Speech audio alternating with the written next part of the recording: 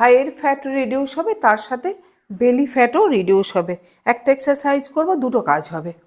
ডান হাতটাকে এভাবে রেখে দেবে, বাঁ হাত এখানে।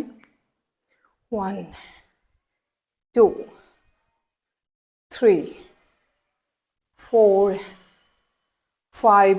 এটা যখন করবে বডি যেন এরকম সামনের দিকে ঝুঁকে না যায়, বডি স্ট্রেট থাকবে।